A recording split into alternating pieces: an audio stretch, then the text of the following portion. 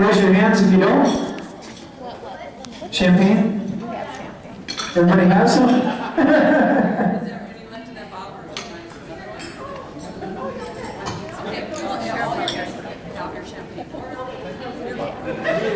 At this time, I'm going to hand the microphone over to Shad as soon as he gets ready to roll here.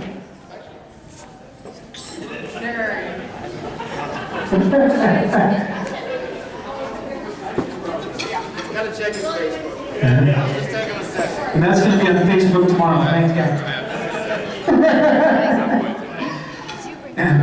Speaking of Facebook, guys, during the course of the night, guys, I will be taking pictures, and I don't claim to be a good photographer as Scott here, but nonetheless, I do take pictures and do post those on Facebook for anybody to tag, to do anything with.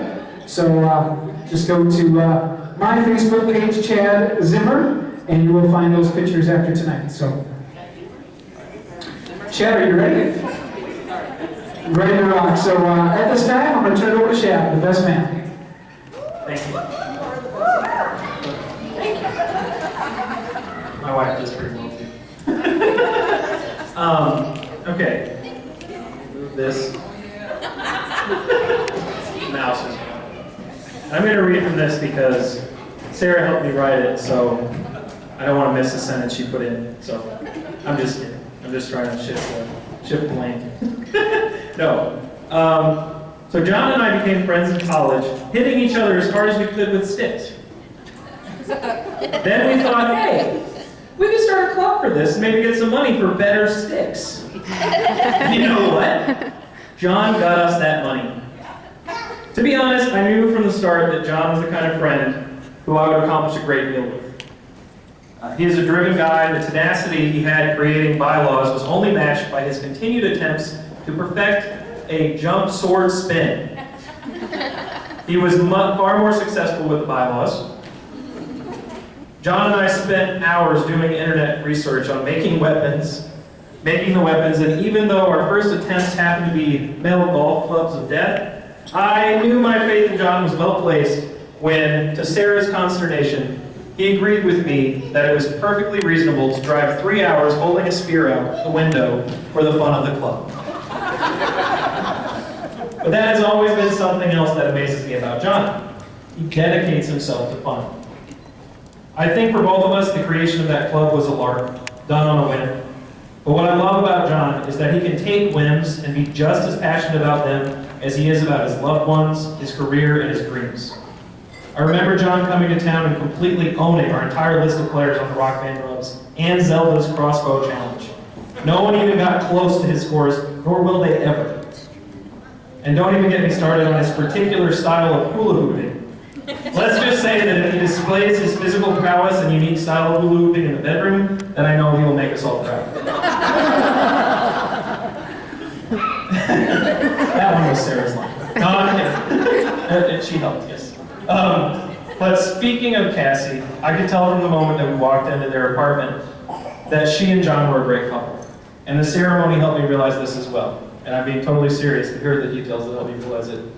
The Buffy posters in their apartment, the Battlestar Galactica call and response in the ceremony, and the Freddy Krueger snow globe completely convinced me that they're a match made in Porky Paradise. So, let's raise a glass to them and their beautiful union and to the long and happy life they deserve together. You guys. You're here.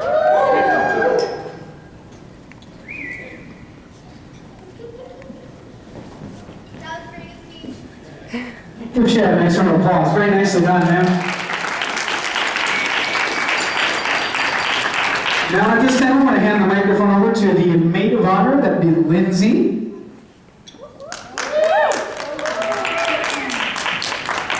I really wish I would have gone first. Because I don't have a laptop. And I'm really, really not good at this kind of thing, so please just bear with me. I know, I probably could stand up here and talk for hours, but people probably don't want to hear that. So. I've known Cassie for about 7 or 8 years, I suppose. We used to work together at the Ann Carlson Center in Jamestown. And eventually just kind of started hanging out outside of work, and somewhere along the lines became attached at the hip. So we've been through a lot, you know, a lot of laughs, laughed so hard to cry. It didn't happen this morning in the hotel room, so.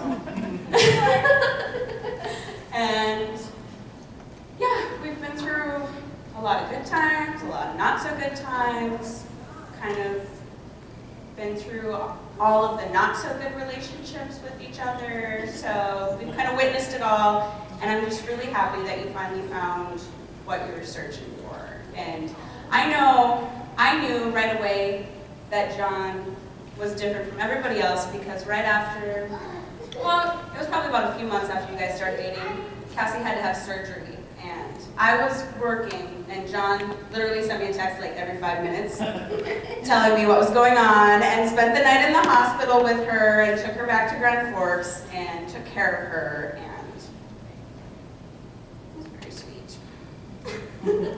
Now So- I'm here yet. Made it through the whole So- wedding. Yeah. Cassie and I lived together for 2 years in Fargo. She helped me get through hair school, and I don't think I would be where I'm at without her, so. Oh, okay. I love you very much, and I wish you guys the best.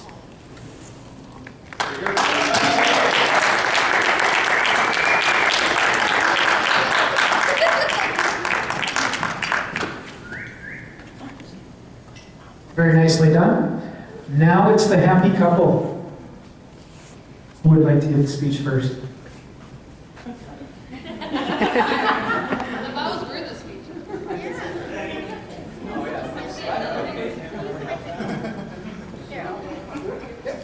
We just want to thank all our friends and family who have helped us make 24 Mod Podge bottles and 200 flowers and all the other stuff that we had to do that took so many hours that I don't even know. And for inhaling Mod Podge for 8 hours, you know who you are. And for coming to our very special day and being very supportive of our relationship. And we love everybody. You want to say?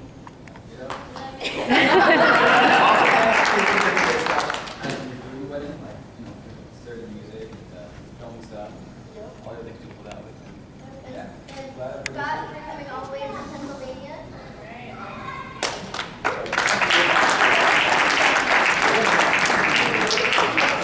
Thank you guys very much. Who's ready to dance?